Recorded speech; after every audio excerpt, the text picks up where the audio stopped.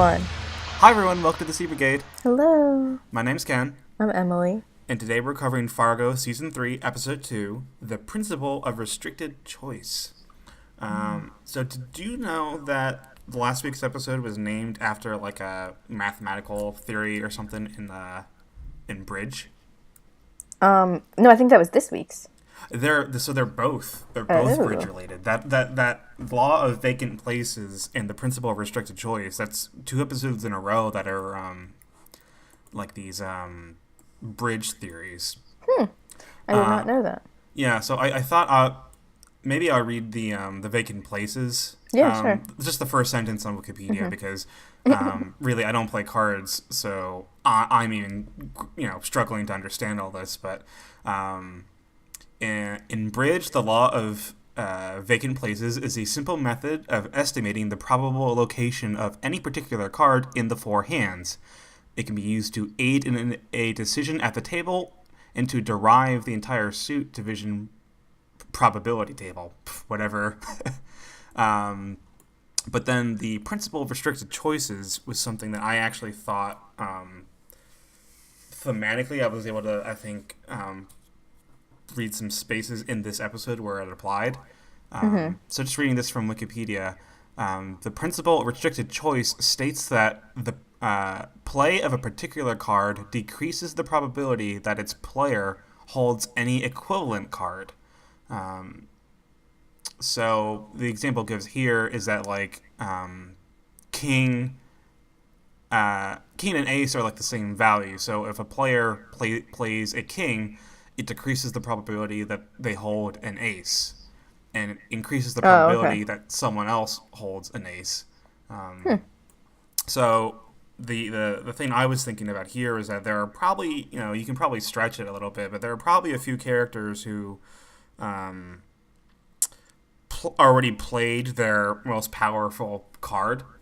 Because, like, I was thinking Nikki in particular, dropping the AC last week, in my head, I had, I guess, already done this trajectory where I thought, okay, Nikki's the brains, she'll handle this, and this week, my perception of her changed a little bit, and Right. like, she might have played her best move already. And this week, I think Sai does the same on the other side of the brotherly fight here.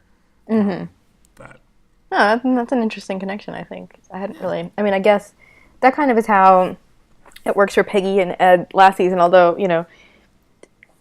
everything just kind of goes downhill after she hits Rye, but, I mean, there wasn't really any sort of, like, criminal masterminding around that. It was more just, panic. yeah, I'm kind of surprised I don't see more people on Reddit talking about these episode titles. I guess there's only so much that you can derive from them, but when they slap a name on the episode like that, I'm like, okay, well, it's got to mean something. There's some, otherwise it's like a student paper with an essay title that like it's like, oh, that's a real head scratcher, but it has nothing to do with the paper. Well, yeah, I mean, Fargo's always good at picking those really good titles. Yeah, I mean, we chewed those up last season trying to figure out what meant what. Yeah. So, Last seasons were more oblique than I think this season's, which are a little more, at least like they're more like season 1 where those were all named after like logic puzzles or like paradoxes. And this one is all I mean, we don't know. I guess we do know the episode titles, but I haven't looked into them. Everyone except the 9th and 10th, which makes sense. But Okay. yeah. So what did you think about this episode? I kind of was less into it than the first episode, Okay, but yeah. that's just kind of understandable for a second episode because it's kind of more like the fallout from the first episode and then setting up now for the third episode. So I guess I'm still kind of I guess next episode we're probably going to get more Gloria and like her story and where she's falling into all this because now she's pursuing she has the phone book and that kind of thing. So I guess like it's kind of like that in season 1 and maybe season 2 also where like the police officer protagonist person doesn't really start to get into the details of it until like episode maybe 3. Yeah, like Lou in season 2 wasn't going to Yeah. do much until he got to the first crime scene. I don't think that Right, happened and until the second episode, right? yeah, and even Molly, because see, episode 1 is Molly's hardly in it. It's mostly Lester and Malvo. Yeah, I'll say my thoughts probably fell in line there, where the premiere of season 3, I'm glued to the TV. You Yeah, know, you know, in a sense, I think we're all watching on computers and laptops, maybe, but I watched it on TV. yeah. So, so I only have like FX now, so that's kind of my thing. So like, but in like season for the season premiere, I'm glued to it, not taking my eyes off of it. For this episode, I was like, like I wouldn't stop myself from like texting somebody or browsing something on Twitter, like multitasking during the episode.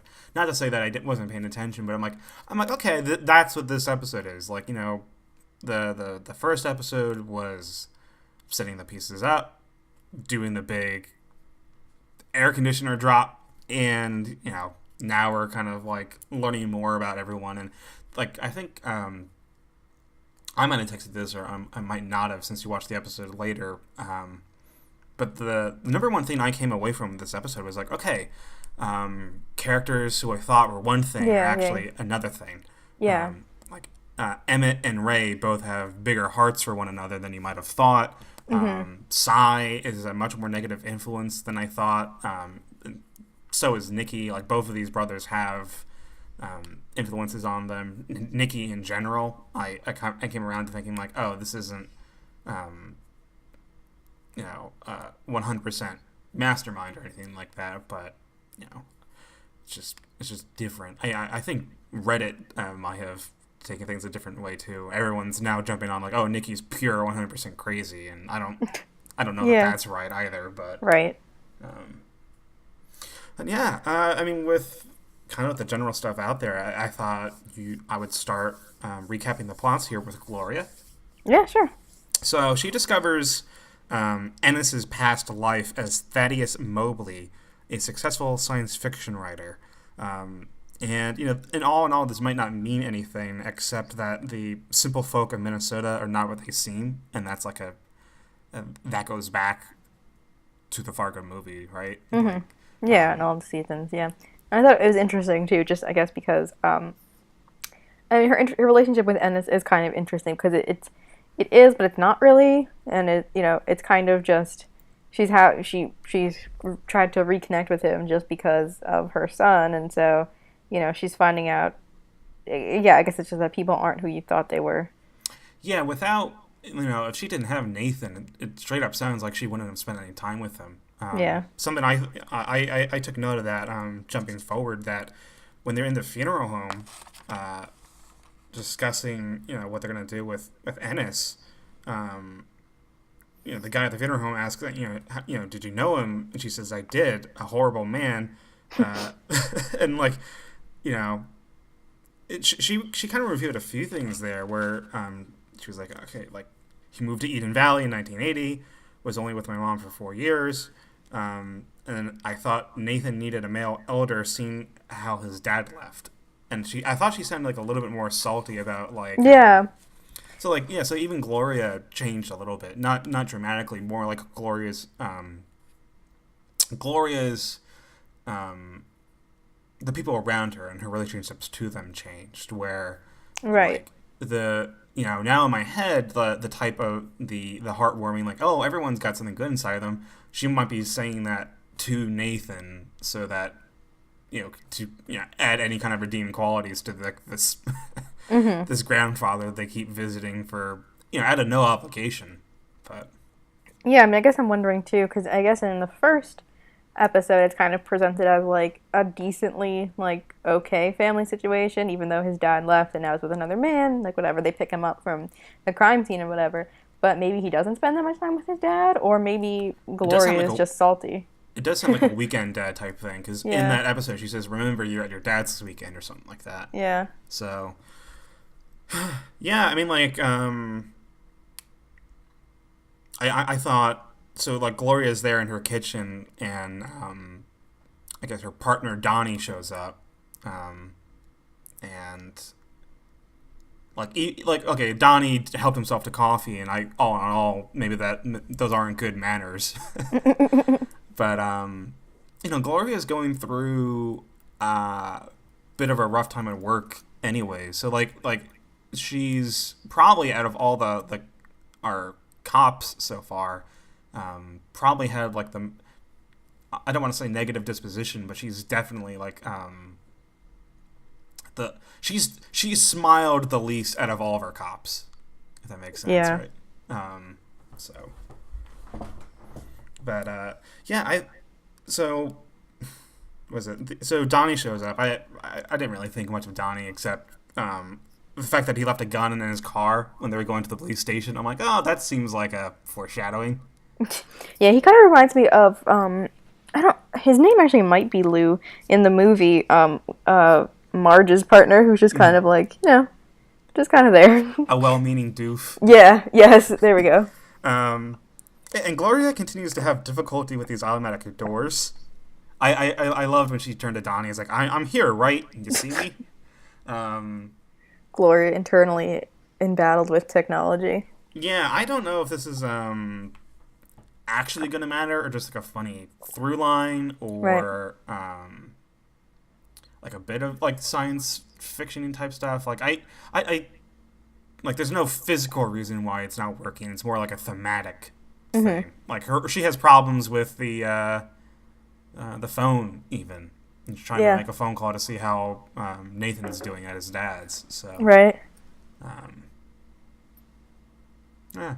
The other thing I was thinking, I went back and Noah Hawley's, because I was struggling to remember the last podcast we did, like, what is this season of Fargo supposed to be tackling, and it was specifically like 2010 and an observation on selfie culture. Yeah. Right. Yeah. So that's exactly the words they used to describe it. Yeah. So. Which, I mean, I wouldn't say that that's what I would get from the season so far. Right. It was definitely more of a role in the first episode. Mm-hmm. But in this episode, yeah, really kind of not at all. I think it's more like, if anything, I like how adults in 2010 are aware of things like Facebook, but they don't really understand how to use it or what its purpose is.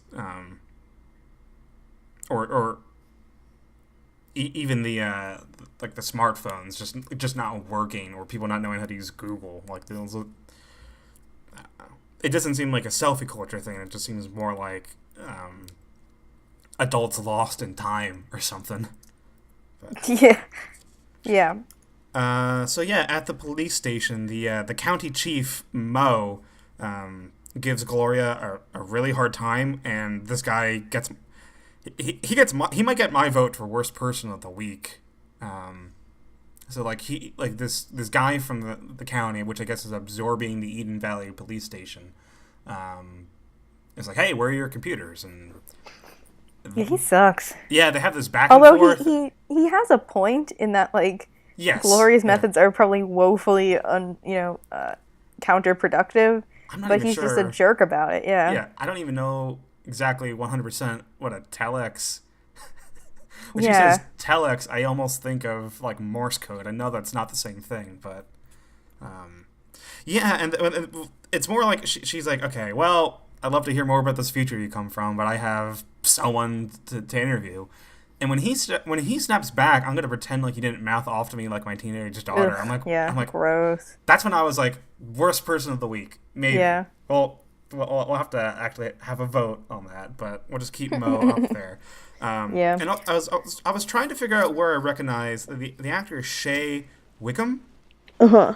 And I was going through his IMDb for something I might have recognized him from. He looked weirdly like old Ben Schmidt in season 1, but it's not the same person, of course. So I saw I think he was the wacky preacher in True Detective season 1. For real, huh? But where I recognized him from, he plays a character named Stasiak in The Fast and Furious. Which, of course, that's where I recognize him from. He plays like a scumbag heel in that, too. So he might get typecast as like kind of sleazeball. So, So yeah, Mo lets Gloria interview the gas station attendant, and then forces her to take a few days off to grieve. I wonder if I'll see that happen in the next episode, because that would definitely slow down progression towards solving this whole thing.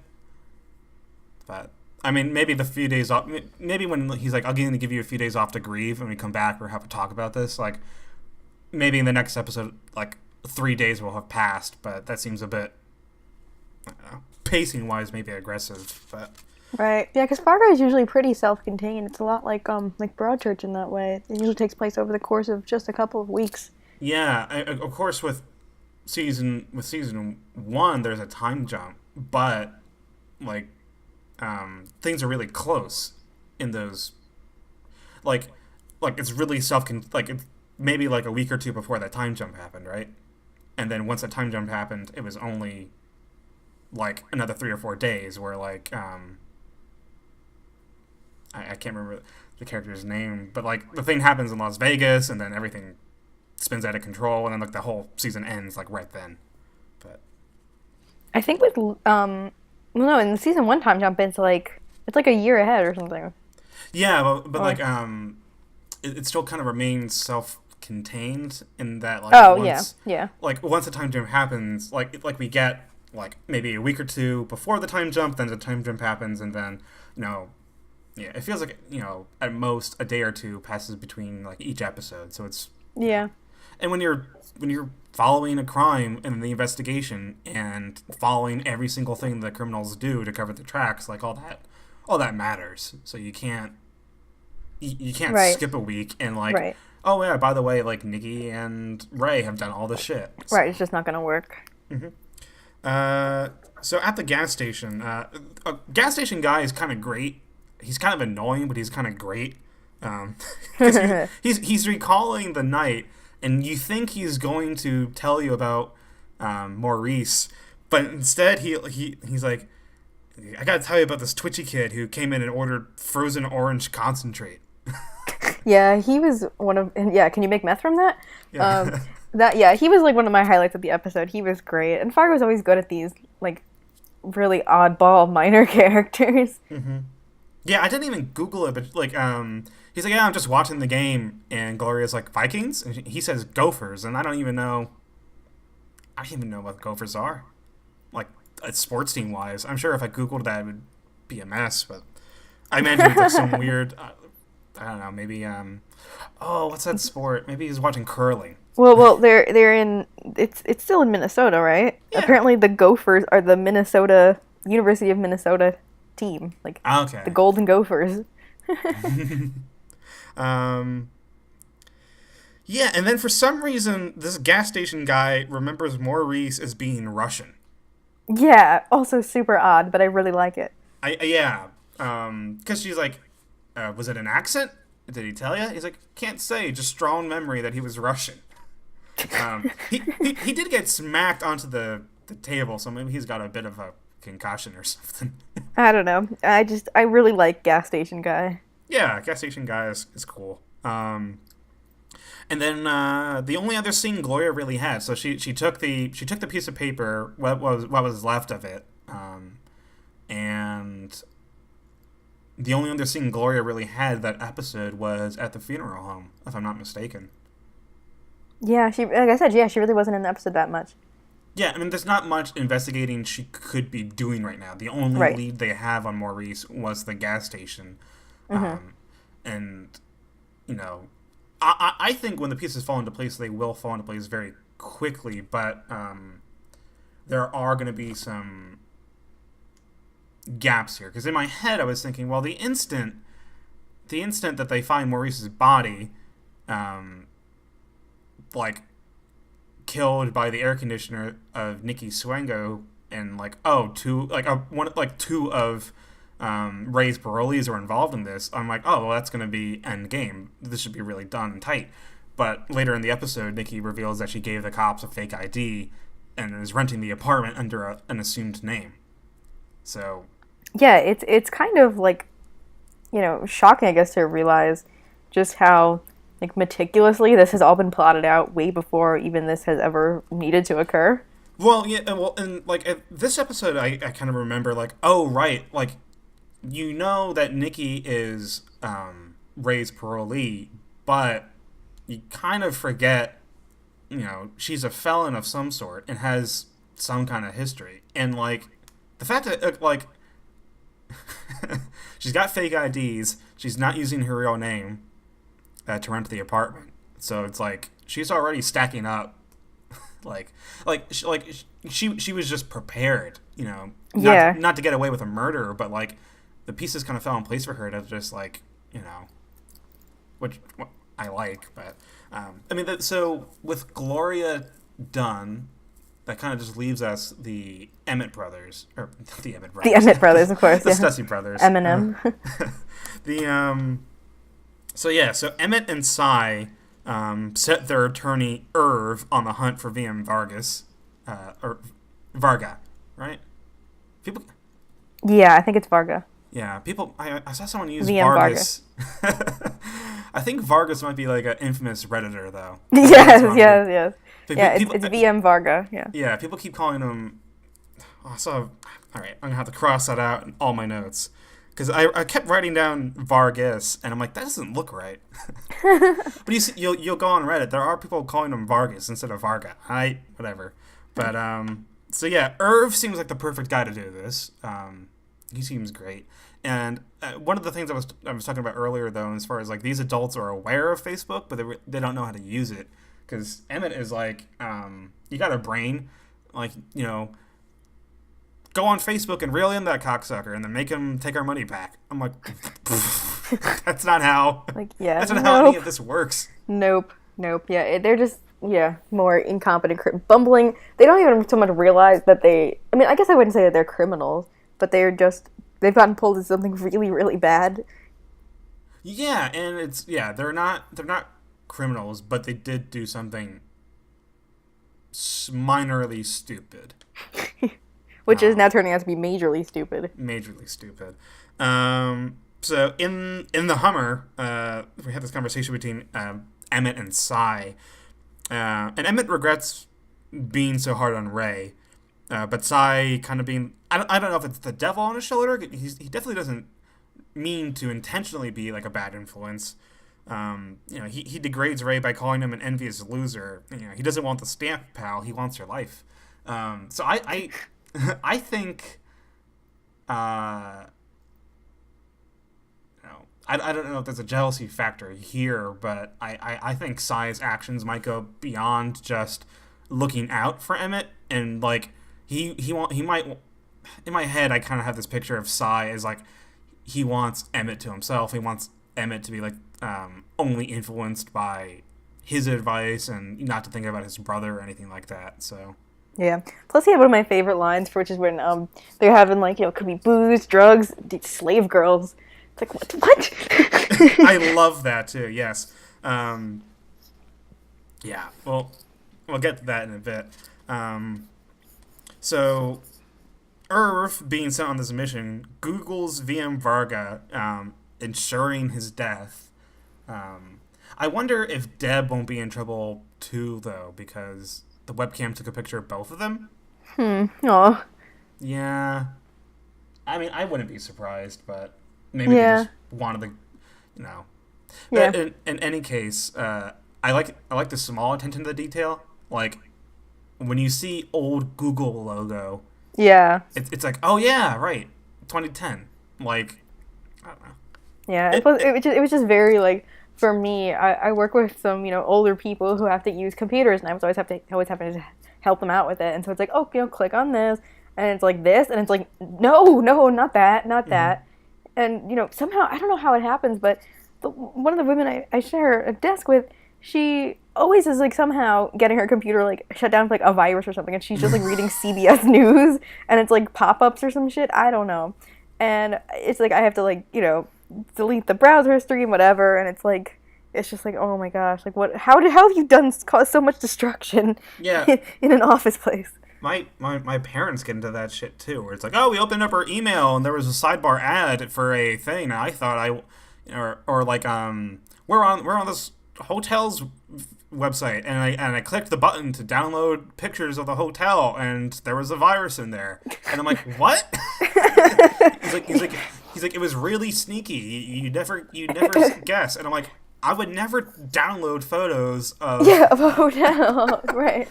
And if you need any further, I don't know, it was just last year that story went viral of like the grandma who was like wording her questions to Google like questions and writing back to Google like thank you.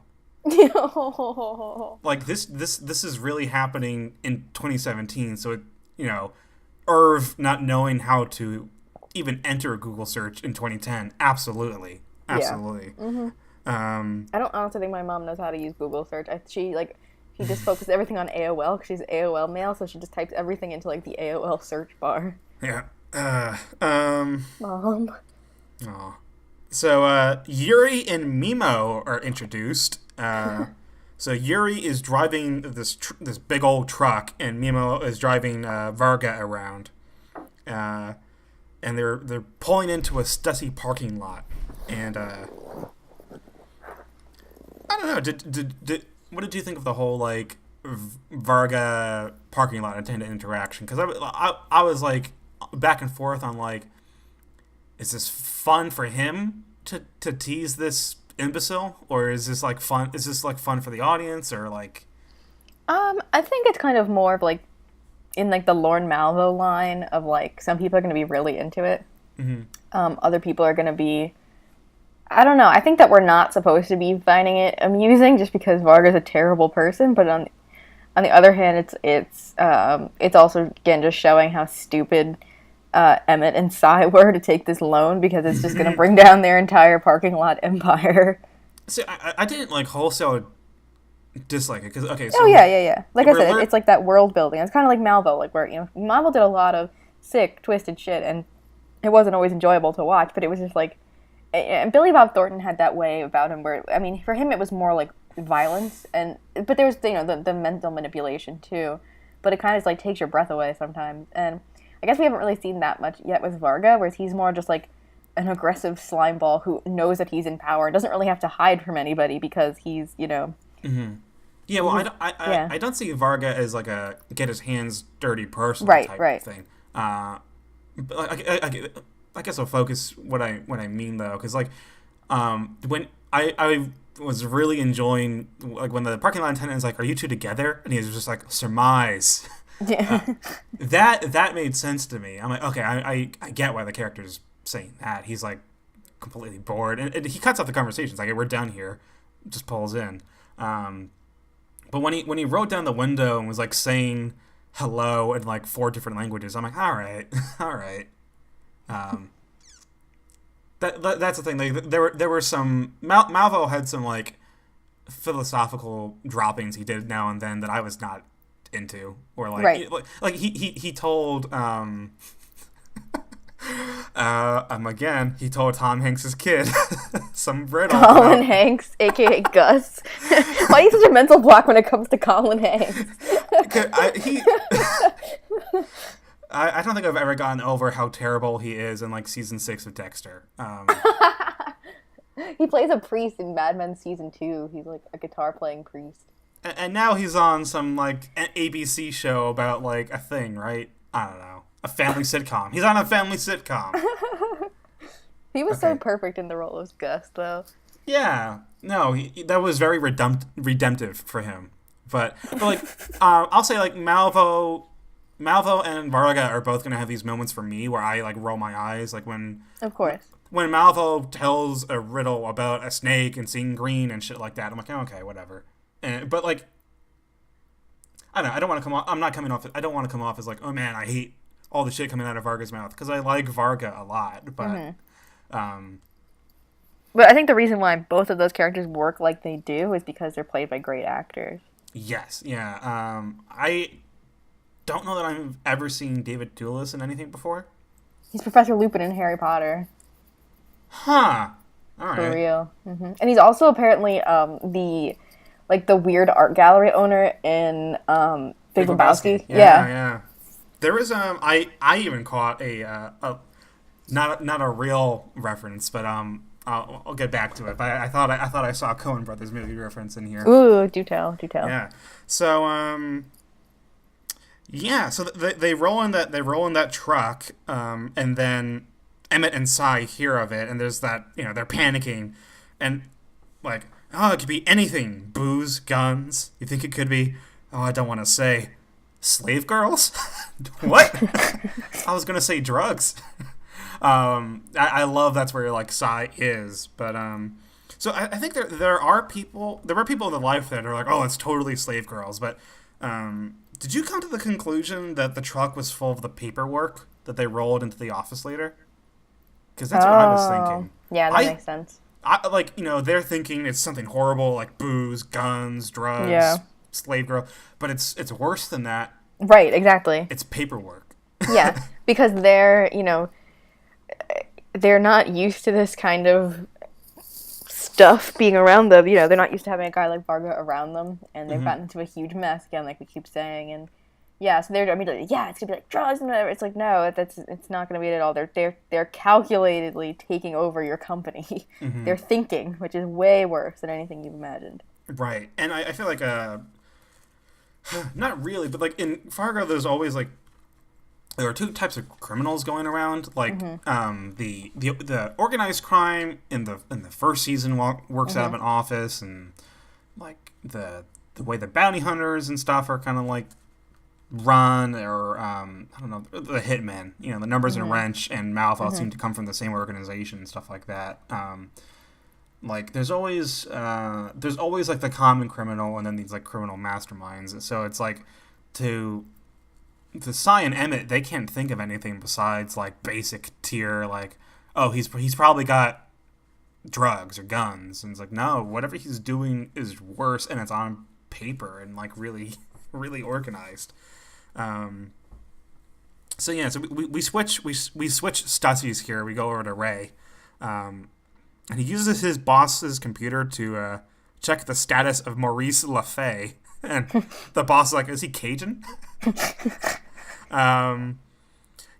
Scotty is Ray's boss, and he earns some worst person of the week points by talking about Nikki's backside.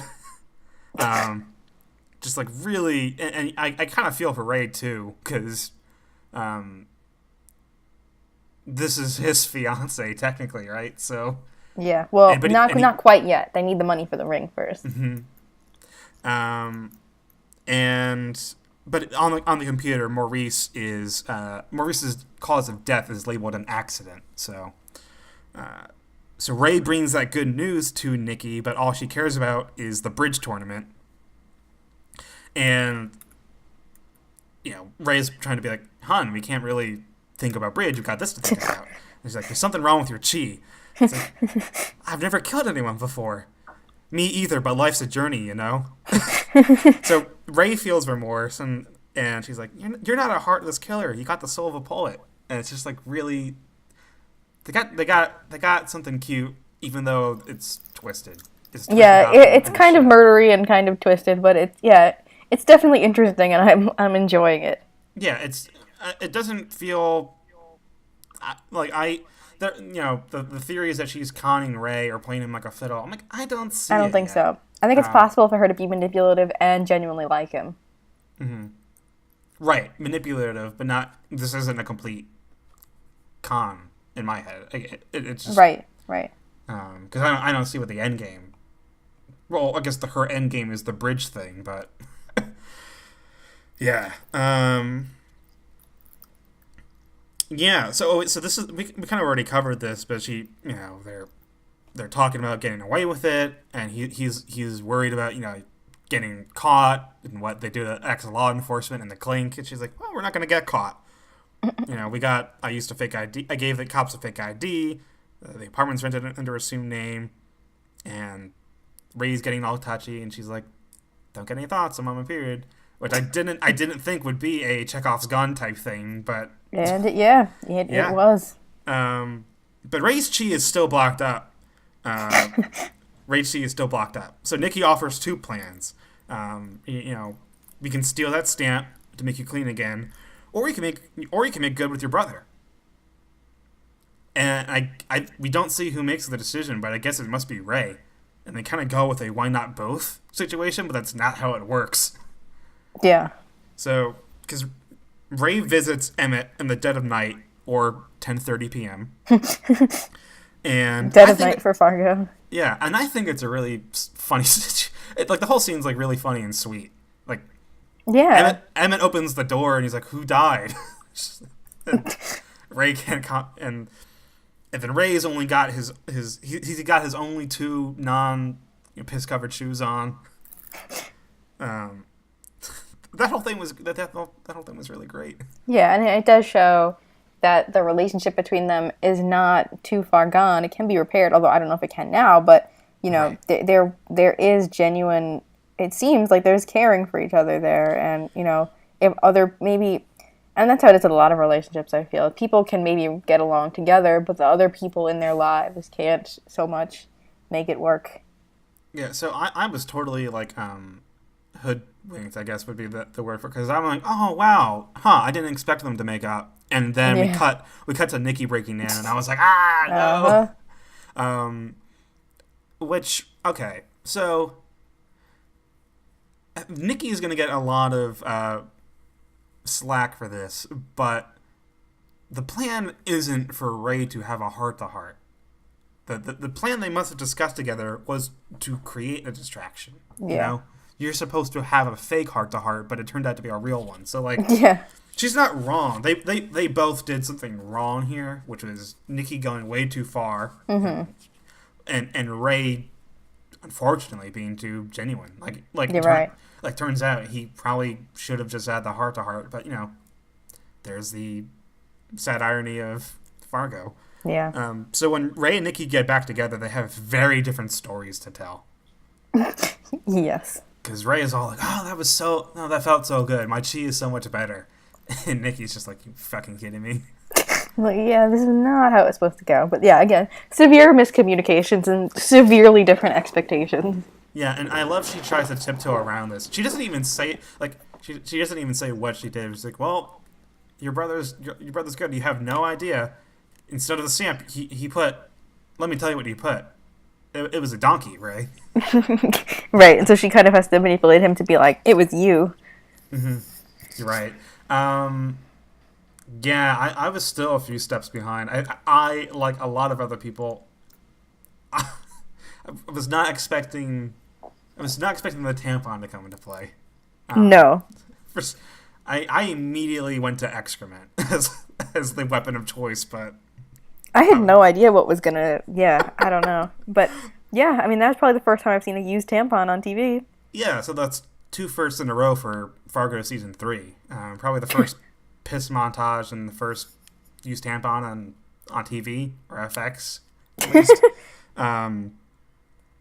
So yeah, sirens sound, and Nikki's like, "Oh, you should get going. We should leave." So Swango and Stussy get out of there, and then Ray and Cy try to decipher Nikki's message. And then Cy uses this opportunity to like push Ray out for good.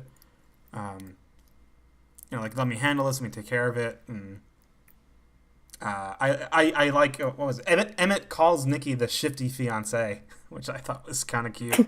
Yeah. He has me out here, talking to him outside the house while the shifty fiance like goes through my things. Yeah, it's kind of. I remember in like season 1 they have like weird nicknames like the Widow Hess and stuff like that. Oh yes, yeah, yeah. People give labels to him. You're right. Yeah.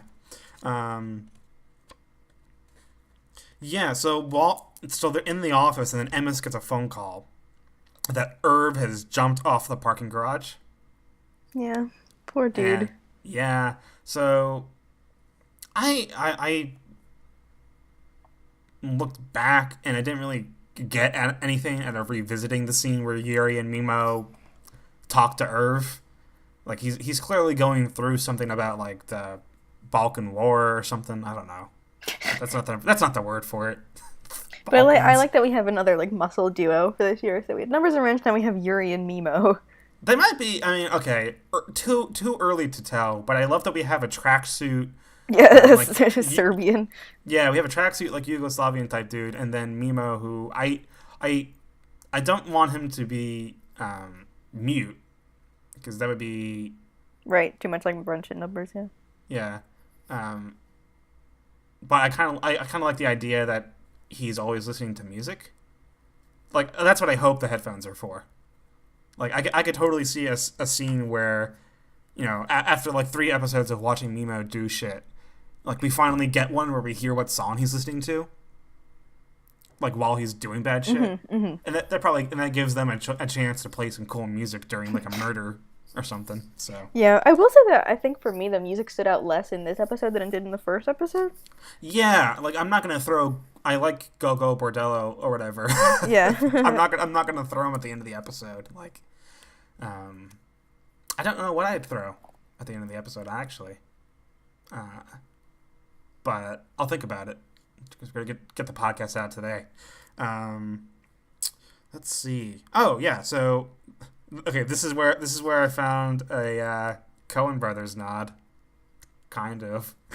So at the diner, Cy tries to be the serious man when he's really the errand boy at best, and and I think people had been saying right that this season. Well, episode 1 was definitely a lot like a serious man. Apparently, right. I have not seen it. Right, so I watched the trailer for it, and so now you're the expert on a serious man. This is good. No, but the man who plays Cy is like the lead actor in that movie. Oh, for real? Yeah.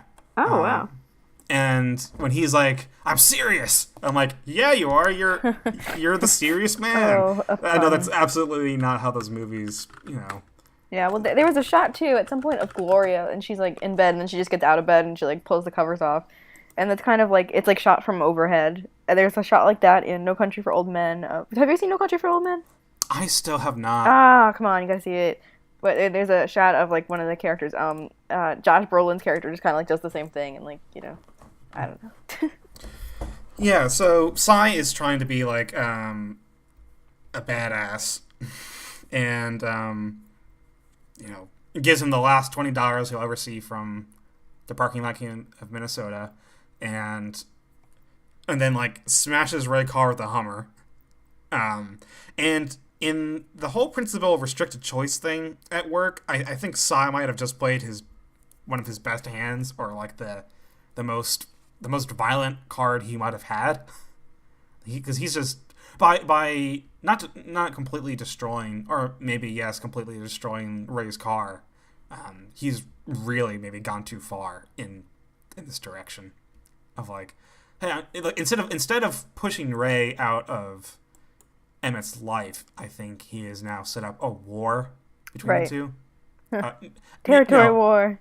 Yeah, well, more like a petty war, because like last season we got straight up mob war, but I think this is going to be more like, petty back and forth now. Let's see. Right, and both Nikki and Cy are going to use their respective Stussy brother to kind of promote their own influence. Yeah, it's Stussy Wars. Yeah, so back at the Stussy offices, VM Varga arrives with Yuri and Mimo, and they move a lot of paperwork into like an empty wing of the office that they know about because they have like the blueprint things or whatever. I didn't pay too much attention to that. Oh, okay. Although you do get a great shot of Emmett attempting to hide behind a glass window. Yeah. I'm trying to think. Oh, and you know what? Varga kind of gives us like his our biggest window into like his character motivations, I guess. Because he's like, do you know what I like about Minnesota? It's so perfectly bland. And he goes on about like Europe, China, Russia, Africa, and how like I got the idea that he's been a lot of places and done a lot of work, but to work in in the outside world and the cities and all that, it's a lot of work. It's tiresome. It's hard. And someone as experienced as him, like doing crime in Minnesota, like he should have it easy. Instead of greasing palms in Russia or like dealing with, he moves operations to Minnesota, and suddenly he's like at the top. So yeah.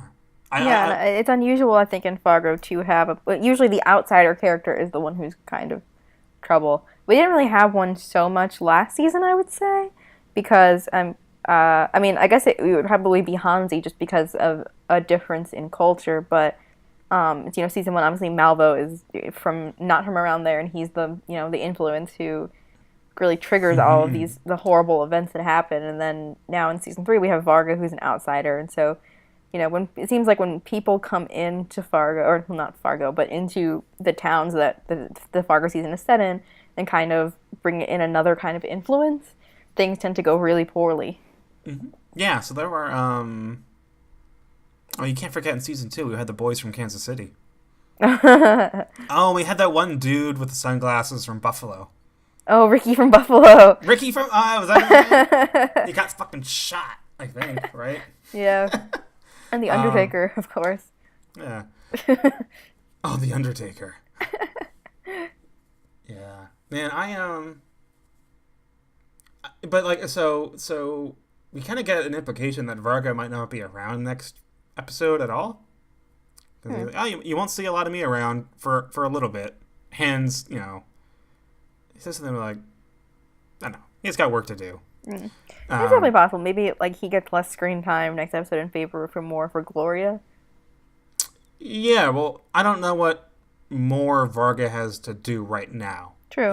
And I just started thinking about this is where he might rank in terms of Narwhal if this is an organization. Because like they've got the trucks, they got the paperwork, they got people to move the paperwork. So I'm like in my head, I'm not putting too much thought into it, but like, does Varga have anyone to answer to, or is like he at the top of this thing? Because even Malvo had bosses up until a certain point. Yeah, right. So. Yeah, that's an interesting point. And you can say in season 2, I'm gonna blank out on the character's name, but I guess our criminal protagonist was like loyal to a fault, and got him stuck at a desk job. Oh, Mike Milligan? Yeah. Like. And the Kitchen Brothers? Yeah. The prog rock band. Yes. Yeah. But yeah, we kind of touched on this already, but now that we're at the end of the episode, this episode left me excited for what's to come. Oh yeah, definitely. Even though I didn't like we said, we weren't glued to this episode, there's definitely things are moving, things are in place, the writing is really good, the acting is really good. It's not like panic of like, oh my god, this is boring, because it wasn't boring. I just wasn't like riveted. Right. So I mean, the 2 episodes almost could end on different notes of like being really, really pumped up and excited. Like, oh my god, all the shit hit the fan, and this in this episode, like shit is headed towards the fan, but right, it's getting there, but it's not quite there. We might not see stuff happen until like episode 3 or 4. I mean, not stuff, but like right. Like I think we could be due for a Gloria episode, or we got 10.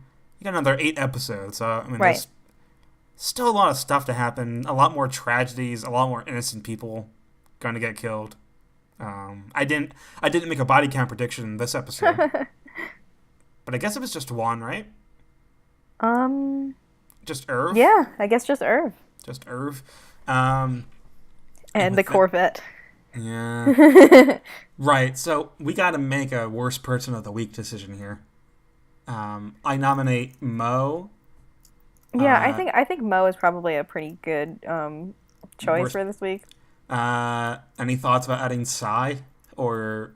Yeah, I would say Sai is probably a worse person than Nikki. I would say, personally. Yeah. Nikki's kind of nuts, but she's also like I don't think that she's like fundamental. I mean, she is manipulative, but I think that Sai is more manipulative, if that makes sense, because he doesn't really have any sort of stakes in this. I mean, there are theories that maybe Sai is in love with Emmett. I don't know. I don't know. Something about Sai just seems like a lot more like. I mean, I don't know. Like, yeah, breaking into somebody's house and leaving a bloody tampon. That's like also really gross. But then, smashing somebody's Corvette in a parking lot also really bad. So yeah, I don't know. He raised the goddamn stakes. Yeah. So I would like to say Sai. Worst internet user of the week is poor Irv. I'm trying to think, because like I don't know how bridge works, but I'm gonna make card analogies here. like okay, I used tampon in the office. Like, that's one card, and but then ramming your Hummer into like this Corvette or whatever twice, and then also hitting the innocent person's car. There's that. I think Sai might have Emmett's best interests at mind here, but as a business partner, like, hey, this brother of yours is no good, and you got to stay away from him, or he'll. But at the same time, he's also like breaking this family apart more than because the first thing Ray says is, there were some missed signals last night. I want to talk to my brother. Like, I think in Ray's head, he could still talk his way out of that. But yeah, I think that he thinks that he can. I don't know that Emmett. I think that Ray has more of an emotional pull to Emmett than Emmett has to Ray, if that makes sense. Mm-hmm. I think Ray still needs that kind of validation because he felt he doesn't have it. Right. Well, we've got the younger brother who really had a heart-to-heart with his older brother. Like, I'm proud of you. You don't owe me anything. The past is the past. And I don't know. It's I think, right. Well, Emmett is already. He's come to conclusions about his brother that I guess Ray hasn't, in the opposite direction. Kind of lost the thread here, but like, gosh, I might put Sai as worst person of the week. I mean, Mo was a real. Mo is an obvious choice, but I think that Sai is more like subtle and involved. So I support that choice, and I think that's fair. Sai, worst person of the week. We'll give it to Sai. Yeah, Mo had some all right points to make about. It's true. The computers. It's true, because Mo was a jerk, but he wasn't wrong.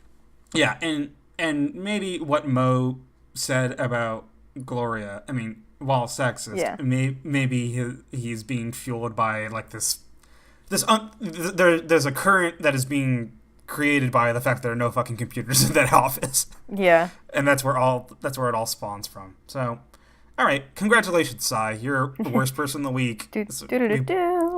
We passed the award from Ray to Sai. Who knows? Who knows next week? Who knows what's going to happen next week? And you know what? And Sai gets that award, and not Yuri. Not Yuri and Mimo for throwing it to it off. I was going to suggest Yuri and Mimo, but I'm also like, they're just kind of the muscle at this point. They don't really have characters, so I can't so much, Is it morally wrong to do a job you're paid for? Yeah. I mean, possibly, but... Again, not until we can get, like, too invested, We're not as invested in their characters yet, because they don't have characters so much, just, like, awesome tracksuits and knockoff Adidases. Also, Yuri's truck had, like, a shit ton of dials on it. Yeah. The inside of Yuri's truck looked like a fucking airplane. It was pretty cool. That was pretty cool. There was, like, the pointy tip, like, shift thing. Yes. There were some pretty good things in there. It was a really great set piece. There were some, we're good, though, and I'm excited for more Fargo. Of course I am. And with that being that, thank you all for listening. You can send email to cbrigadepodcast@gmail.com. Yeah, please do. And I think that will be that, and then we'll see you next week. Cool. All right. Thanks for listening. All right. Bye. Bye.